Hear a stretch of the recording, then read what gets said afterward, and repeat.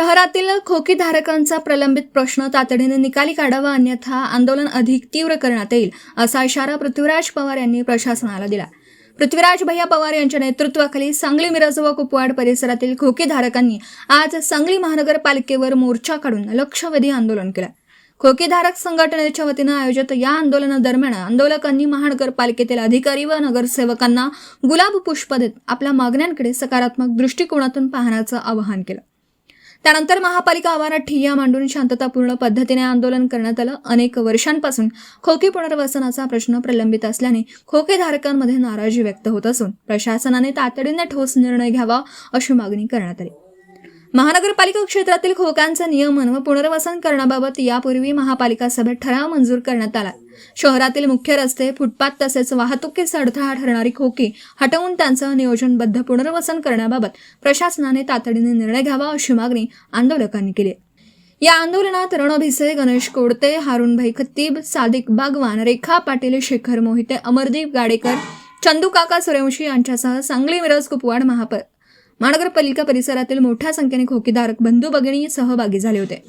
खोकीधारकांचा प्रश्न लवकरात लवकर सोडवावा, अन्यथा आंदोलन अधिक तीव्र करण्यात येईल, असा इशारा यावेळी पृथ्वीराज पवार यांनी दिला. सगळ्या सदस्यांनी बोलले, सगळ्या गटांनी या विषयावर बोलले. पण विषय आता काय झालाय, आता आजच्या महासभेवर आता तात्पुरती स्थगिती दिली आहे. तात्पुरती सांगतोय तुम्हाला, का सांगतोय, कारण आयुक्त तिथे उपस्थित नाही आहेत. दुसरा विषय एसटी महामंडळाचा आणि महापालिकेचा आहे. महापालिकेचं असं म्हणणं आहे की 4.5 मीटर रस्ता हा एसटी महामंडळानं अतिक्रमण केलाय आणि तो रस्ता महापालिकेच्या ताब्यात घेण्यासाठी आणि त्यामुळं ही खोकीधारक ही अतिक्रमणसाठी बाहेर आले. तर आता आम्ही त्यामध्ये महापौरांना आणि सगळ्या आयुक्तांना म्हणजे अतिरिक्त आयुक्तांना एकच सगळ्या गटनेत्यांनी सगळ्या नगरसेवकांनी काय सांगितलंय की जोपर्यंत तुम्ही एसटी महामंडळाचा रस्ता ताब्यात घेत नाही तोपर्यंत त्या लोकांना हात सुद्धा लावायचा नाही.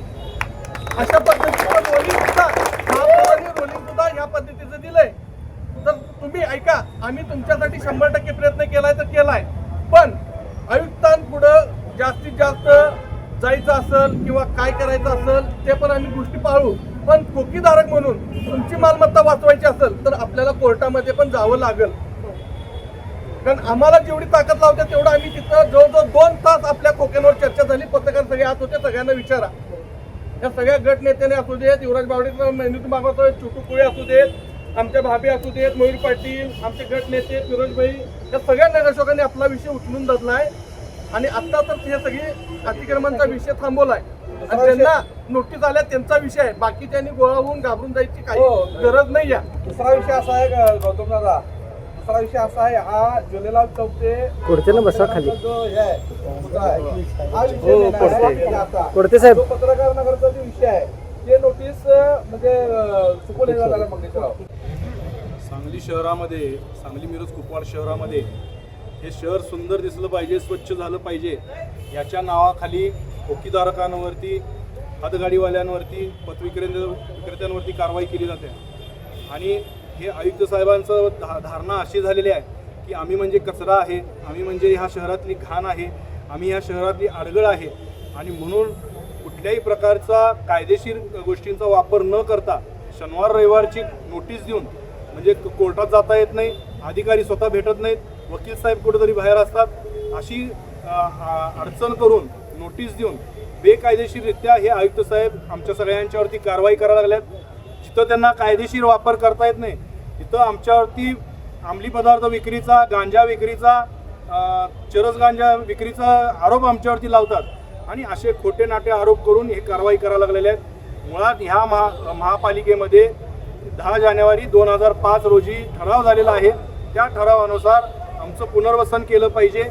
आज ह्याच्या आधीचे आयुक्त IAS होते, यांच्या आधीचे अधिकारी आयुक्त म्हणून इथं बसले होते. त्या सगळ्यांनी मिळून ह्या शहरातले किमान 1,500 ते 2,000 लोकांचं पुनर्वसन होईल. हे शहर अतिशय सुंदर आणि स्वच्छ दिसेल अशा पद्धतीचा आराखडा तयार केलेला आहे. या आराखड्याप्रमाणे या सगळ्यांचं पुनर्वसन होऊ शकतं. यामध्ये महापालिकेला 1 रुपयाही स्वतःचा घालायचा नाही आहे, पण त्यांचं उत्पन्न वाढ यातनं होणार आहे. असं सगळं असताना हे आयुक्त साहेब मनमानी पद्धतीनं कारवाई करायला लागल्यात. ते म्हणतात मला शासनानं पाठवलंय, मी शासनाचं ऐकणार. आयुक्त साहेब, शासनानं तुम्हाला लोकांना मारायसाठी पाठवलेलं नाही आहे, ही सांगली वाचवण्यासाठी, या लोकांचं काहीतरी चांगलं करण्यासाठी तुम्हाला पाठवलेलं आहे. तुमची मनमानी आम्ही खपवून घेणार नाही. खरं वास्तविक महासभेच्या नियमाप्रमाणे सांगलीच्या नागरिकांना महासभेमध्ये सुद्धा जाऊन बसण्याचा अधिकार आहे, फक्त तिथं बोलायचं नसतं. पण आज कुणाची अडचण नको म्हणून आज आम्ही इथं खाली बसलेलो आहोत. आम्ही प्रत्येक सन्माननीय नगरसेवकांना पत्र दिलेलं आहे, ठरावाची कॉपी दिलेली आहे, या आराखड्याची कॉपी दिलेली आहे. त्याप्रमाणे आमच्या पुनर्वसनाचं धोरण राबवावं असं आम्ही त्यांना सांगितलेलं आहे. तसं जर का नाही झालं आणि ह्या आयुक्तांनी आपली मनमानी जर का चालू ठेवली, मग मात्र ह्या शहरातला कायदा व्यवस्था जर का बिघडलं, आयुक्तांनाच त्याच्यासाठी जबाबदार धरलं गेलं पाहिजे. आणि जर का ह्या शहरामध्ये अनरेस्ट झाला, आमच्यावरती अन्याय झाला, तर सर्वस्वी जबाबदार आयुक्त साहेब असतील.